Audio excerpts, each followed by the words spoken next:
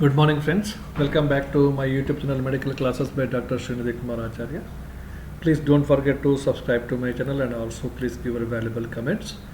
You can also visit the playlist. In the playlist, I have provided almost all the topics in a very systematic order. You can make use of it for the continuous study. Anyway, as we all know, we are discussing about some of the problems related to vaccination that we face in day-to-day practice in OPD. So today we will have another important case. This is actually a 4-month-old baby, Ravi Raj, was brought with no BCG scar. Mother brought the child to OPD and her concern is, sir, there is no BCG scar even after 4 months. And when we directly questioned her, it was a LSCS delivery. And even mother don't know whether the BCG vaccination has been done to this baby or not, because mother was there in the ward, and what happened she actually don't know because she is underwent LSCS. So even she don't know whether at that particular time hospital personnel have given the BCG vaccine or not. So only way how to confirm this is the documentation, isn't it? Mother also not having any birth records or discharge slip with her. She might have been missed, we don't know. So this is the situation. Now child, presently 4-month-old baby, is not having any BCG scar. BCG vaccine has been given or not, this also we don't know. And as a evidence for that, any documentation, that is also not there. Now, as a pediatrician sitting in the OPD, what you will going to do? This is a very important question. Now, when we analyze this part, what does actually BCG scar mean?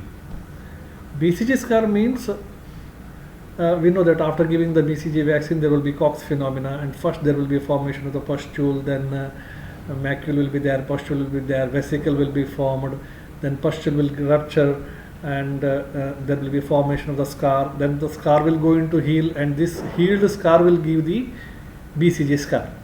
Okay, so totally this phenomena takes about 10 weeks. Okay, 10 weeks means 2.5 months. 2.5 months. Now child is 4 months and mother is concerned that even after 4 months also there is no any that means a symbol of this BCG vaccination, there is no scar. Now, if there is no BCG scar, so what it means? It does not mean that you are not protected from tuberculosis. Okay, sometimes what happens is you have given the BCG vaccine, but there is no scar. It does not suggest that you are not protected from the tuberculosis or you are not given with BCG.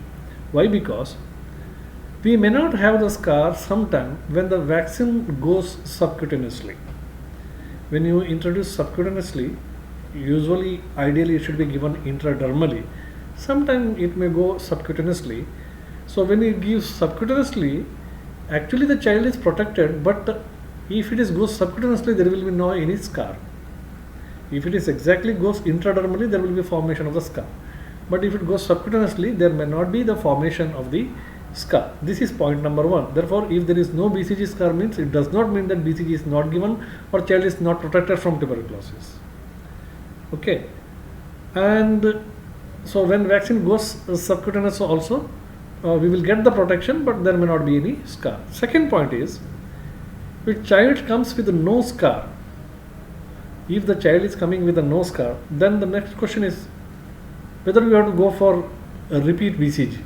Whether we have to go for another dose of BCG. Actually, there is no need to go for another BCG if we have got documented BCG administration. See, the child is coming to you and there is no scar. Okay, but you have got the documentation that BCG has been given. So in this condition, again there is no need to go for BCG vaccination repetition, because well documented proof is there with you that BCG is given. That means probably the BCG which was given may have gone through the subcutaneous route, and although there is no scar, child is protected. This point is clear. Now the question comes when there is no scar and there is also no documentation. Now we have to think, this is a big problem. You don't have any document, as happens in this case.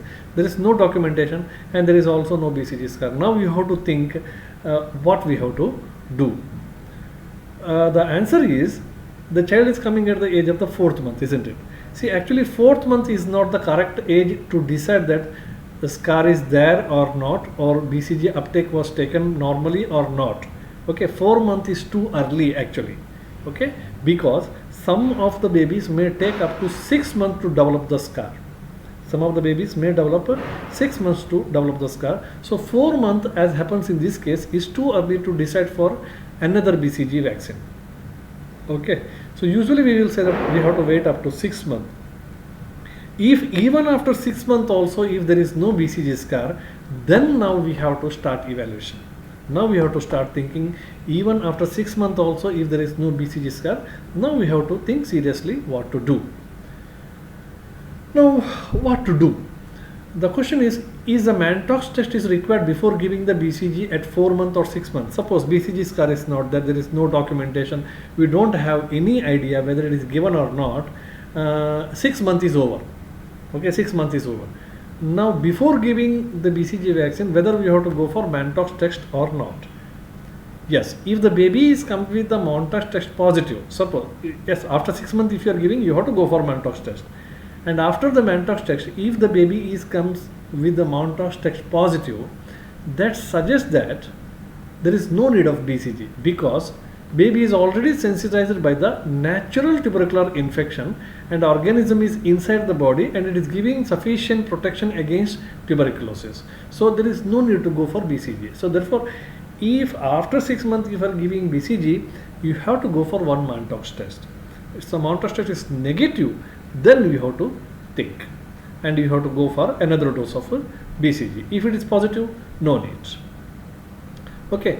Now there is another question. If the mother is sputum positive, suppose, okay, if the mother is sputum positive, the mother is also having tuberculosis, suppose, and will you give the BCG to the mother?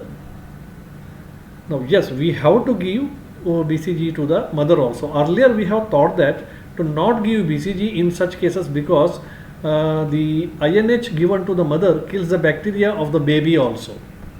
So usually, suppose this case is there and mother is also tuberculosis positive, and whether we have to go for the BCG to the mother or not, this was a big question earlier. Why we thought like that? It's because suppose mother is having tuberculosis, therefore she might have been receiving some of the anti-tubercular drugs like INH, etc. And we thought that INH which is given to the mother pass through the breast milk and all those things to the baby and kill the bacteria, that is vaccine the bacteria which is gone through the vaccine to the baby, it also kills that also, and baby will not get any benefit of BCG vaccine. Previously we thought like that, but now sufficient research has been done that the anti-tubercular drugs given to the mother will not pass through the breast milk.